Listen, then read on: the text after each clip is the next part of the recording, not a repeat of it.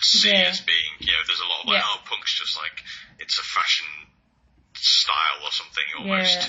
But people talk about, there's punk IPA and things, people talk about running their business in a punk way and things like that. So this sort of stuff does influence the culture.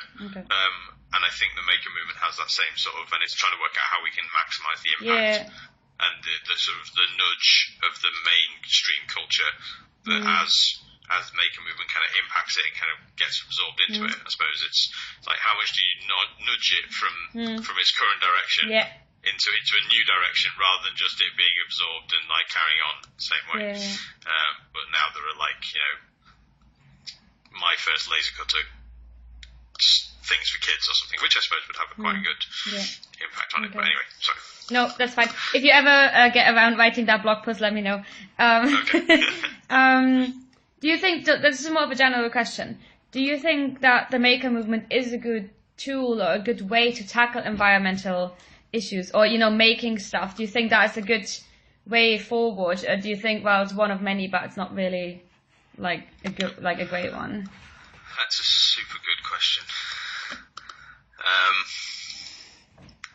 I'm a bit torn in some ways. I think there are definitely ways that it can help lots, because I think there's I don't know if I've thrown Lucas Plan links at you at all in any of the stuff, or if you've come across the Lucas Plan at all. It was a plan in the 70s by Lucas Aerospace, so like a massive corporation that built aeroplanes and did loads of defense work, and there was a bunch of people in it was the 70s, so there was lots of like strikes from the workers and kind of adversarial kind of approach between management and the workforce, and threats of like factories being closed and things like that. And so a bunch of the workers kind of were like, why are we, so they're threatening to close our plant because there isn't going to be enough like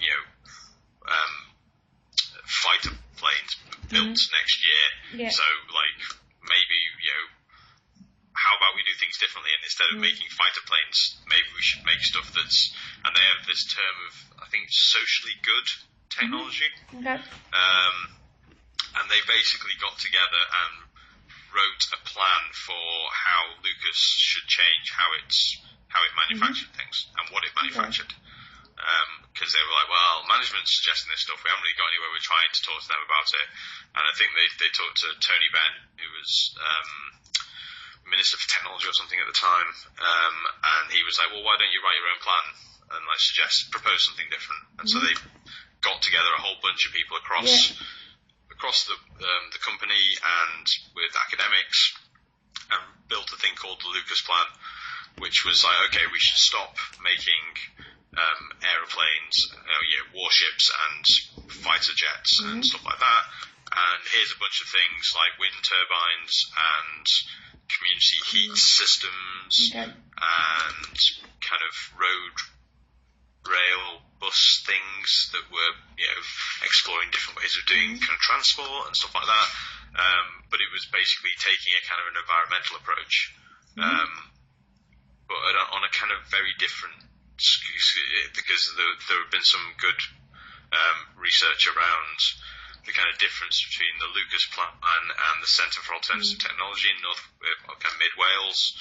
which got set up at the same sort of time, and that was a bunch of people going off and getting a load of space in Wales and starting to do like solar panels and work out how you could live more sustainably. And it's still running, but it felt like a lot of that stuff was quite a kind of middle class approach to environmentalism almost, of being able to go off and buy some solar panels and get yourself a couple of acres of land to live on and that kind of thing. And it doesn't really, like, it's all really good that people were doing that sort of stuff, and that's what's kind of got us where we are now. But it doesn't scale or work in urban contexts quite as well. And some of the stuff that the kind of the more working class approach, I suppose, of the Lucas Plan was running at were looking at kind of communal ways of doing. So it was like, okay, let's not just work out how we put solar panels on one house. It was like, let's work out how we can do a kind of better heating power system or something for an entire housing estate, because those were the sorts of places that the workers who were coming up with the plan lived on. And I can't remember why I was telling you about the Lucas plan now. Yeah. So there was some good reason for it. Okay. Do you remember the question? I don't remember the question. Yeah. The question was if the maker movement is a good tool to tackle environmental issues. Right. Okay. Yes. So on those sorts of things, I think there's definitely approaches. I think there's definitely some reasoning for it. You can make an argument for it, but at the same time, we also have 3D printers which encourage people to print little plastic kind of throwaway knickknacks. So I suppose I'm mostly optimistic that the maker movement will be a good way of doing this. It won't be the only way we need, but we need all of the ways we can find. And some of it is that cultural thing of just encouraging more people to think about what materials they're using, to experiment with alternative materials like Jackie and Ross are and people like that. But there's a risk. It's not just a given, I suppose. It's basically it. It's like it's not going to be like, oh yeah, give people laser cutters and then they'll be sustainable. Yeah. Okay. It's like give them 3D printers and laser cutters and they'll 3D print loads of random plastic crap. Well, they could do. It's not a done deal, but I think the general culture we have, maybe some of that comes into how the culture gets absorbed into the mainstream. Like if the thing that gets absorbed is just like, look, there are 3D printers that can make you anything, then that's just lots more waste. Whereas if it's the like, oh, we need to think about this sort of stuff and this is how we recycle things more, then that's going to be better. Yeah. Okay. Last question on the environment. Do you, just from your experience, do you think there's a difference between genders in terms of how they approach the environment, or especially in making, do you find like women are more or less environmental concerned than men might be, or do you think it's just the same, like there's no real difference? Or? I'm not sure. Because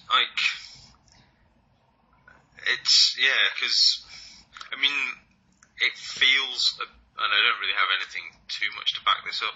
It feels like men are a bit more into like building a new thing and bringing new things into being, and women are a bit more interested in kind of the stuff that already exists or how we work with some of that. But like it's a bit tenuous, and I don't, as I say, there's not, that's just a vague feeling. I mean, from Jackie's been one of the driving forces in the sort of biomaterials experiments within DOS.